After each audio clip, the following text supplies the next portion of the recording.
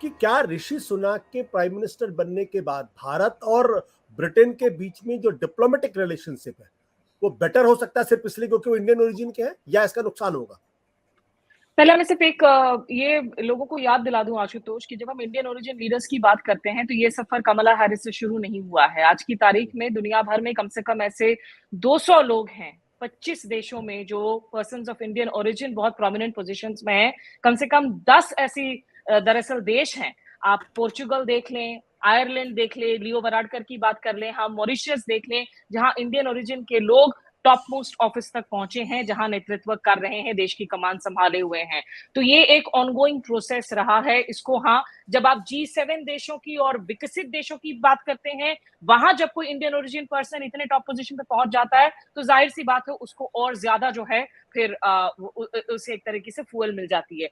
रही बात ऋषि सुनक की, देखिए ये बात हर जगह हमें याद रखना चाहिए आशुतोष की at the end of the day Rishi Sunak is a British citizen. He is not going to formulate policies keeping the India story in mind.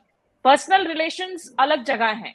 आप कमला हैरिस हो या ऋषि सुनक हो, हम स्वेला ब्रेवरमैन की बात कर रहे थे। स्वेला ब्रेवरमैन वहां सेक्रेटरी शब्द का इस्तेमाल होता है यूके में, जिन दर्शकों को नहीं पता, लेकिन वो होते दरअसल मंत्री हैं। वो होम सेक्रेटरी रहते हुए अभी मोदी जी को दिवाली के आसपास लंदन जाना था। लंदन में जाके बकायदा जो हमारी फ्री ट्रेड अग्रीमेंट पर बातचीत चल रही है, बोरिस जॉनसन ने पूरी उम्मीद जताई थी कि हम इसे दिवाली तक साइन कर ही देंगे। फ्री ट्रेड अग्रीमेंट के तहत देखिए भारत चाह रहा है कि यहां से खास करके टेक्सटाइल्स, ज्वेलरी, फूड, इस तरह के जो आइटम्स है इनके एक्सपोर्ट्स बढ़े, भारतीयों के लिए ज्यादा वीजा मिले, वर्क वीजास वहां पे मिले, और जो कारोबार है वो 2030 तक अभी जो मौजूदा कारोबार है बायलैटरल ट्रेड वो डबल हो जाए, वो दोगुना हो जाए। स्वेला ब्रेवरमैन जिनकी भी वो भी इंडियन ओरिजिन की हैं, उनके पिताजी के जो तार हैं वो गोवा से जुड़े हुए हैं, उनकी माता के जो तार हैं वो मॉरिशस, तमिल यहां से जुड़े हुए हैं। उन्होंने आकर बकायदा जो जिस तरह की बातें कही, एक तो उन्होंने कहा कि भाई जो ब्रिटेन का कॉलोनियल पास्ट है उस पर उनको गुमान है, उस पर उनको कोई शर्मिंदगी नहीं है, कोई रिग्रेट की जरूरत महसूस नहीं करती। दूसरा उन्होंने कहा कि इमिग्रेशन पॉलिसी को लेकर जो लोगों को उम्मीद हो रही थी कि शायद इंडियन ओरिजिन है तो एक सॉफ्टनिंग होगा इस मुद्दे पर, वैसा नहीं होता है। उन्होंने साफ कह दिया कि ब्रिटेन में आज की तारीख में जो सबसे ज्यादा ओवरस्टेइंग इलीगल इमिग्रेंट्स का मुद्दा है वो भारतीयों से जुड़ा हुआ है। हम अपनी पॉलिसी को ऐसा कतई नहीं बनाएंगे जिससे कि ब्रिटेन और ब्रिटेन के लोगों को जो है उससे नुकसान हो। और आज उनको ऑफिस छोड़ना पड़ा था क्योंकि 2-3 मुद्दे हो गए थे। ये कमेंट्स के बाद एफटीए डीरेल हो गया, ये हो गया कि भैया आप मोदी जी लंदन नहीं जा रहे हैं एफटीए साइन करने के लिए, और फिर नेशनल सिक्योरिटी ब्रीच से जुड़े हुए कुछ मुद्दे हो गए। उन्होंने कुछ पर्सनल जीमेल आईडी पर ईमेल्स वगैरह भेज दिए, तो उनकी भी चंद घंटों के अंदर इन बयानों के बाद में जो है उनका भी एग्जिट हो गया था ऑफिस से। उनको वापस लेकर आए हैं एज गृह सचिव ऋषि सुनक। तो ये उम्मीद करना कि उनके लिए आज की तारीख में ऋषि सुनक की जो प्राथमिकताएं हैं, देखिए आज ही शाम में जेम्स जो उनके इस वक्त जो फॉरेन सेक्रेटरी थे जेम्स क्लेवरली, उन्होंने जितने तमाम फोन किए हैं, डॉक्टर जयशंकर से बात की, तुर्की यूएई के विदेश मंत्रियों से बात की, तमाम मुद्दों पर बातचीत का जो मुद्दा था वो यूक्रेन और रूस का युद्ध था। ऋषि सुनक के सामने इस वक्त जो सबसे बड़ी जो चुनौती है वो है ब्रिटेन की अर्थव्यवस्था को स्थायित्व देना। उनकी जो पूरी की पूरी बातें उन्होंने रखी 10 डाउनिंग स्ट्रीट के सामने, उन्होंने कहा कि मेरी दूसरी प्राथमिकताएं में है कि कैसे नेशनल हेल्थ सर्विसेज को हम बढ़ाएं, कैसे हम आर्म्ड फोर्सेस का जो है उनके लिए अच्छा ये करें, बच्चों के स्कूल से लेकर हेल्थ केयर, जो डोमेस्टिक मुद्दे हैं वो इस वक्त उनकी प्राथमिकता है। जो इकोनॉमी की हालत है, ब्रेक्सिट के बाद जो सुनहरे सपने दिखाए गए थे ब्रिटेन के लोगों को, वो सब बिल्कुल ही नदारद हैं। आप रूस यूक्रेन वॉर को लेकर इस वक्त क्या स्थिति बनाए रखेंगे, क्योंकि बार बार यूके का स्लोगन रहा है यूके फॉर यूक्रेन, ये उनके लिए चुनौती है। इन सब चुनौतियों के साथ में हाँ भारत के साथ, क्योंकि उनके जो ससुर हैं हमें भूलना नहीं चाहिए, नारायण मूर्ति हैं, आईटी इन्फोसिस के सबसे बड़े आईटी के सबसे बड़े हॉन्चोस में से एक है। और जैसे नरेश जी ने कहा, ऋषि सुनक की केंसिंगटन जैसी जगहों पर बड़ी बड़ी मैंशन है, वो एक बड़ा बहुत रिच इलीट फैमिली से आते हैं, वो ऑक्सफोर्ड गए हैं, स्टैनफोर्ड गए हैं, कोई गरीब परिवार से, गरीब बैकग्राउंड से वो नहीं आते हैं। तो इन सब के बीच में उनका जो नजरिया है वो काफी अलग है।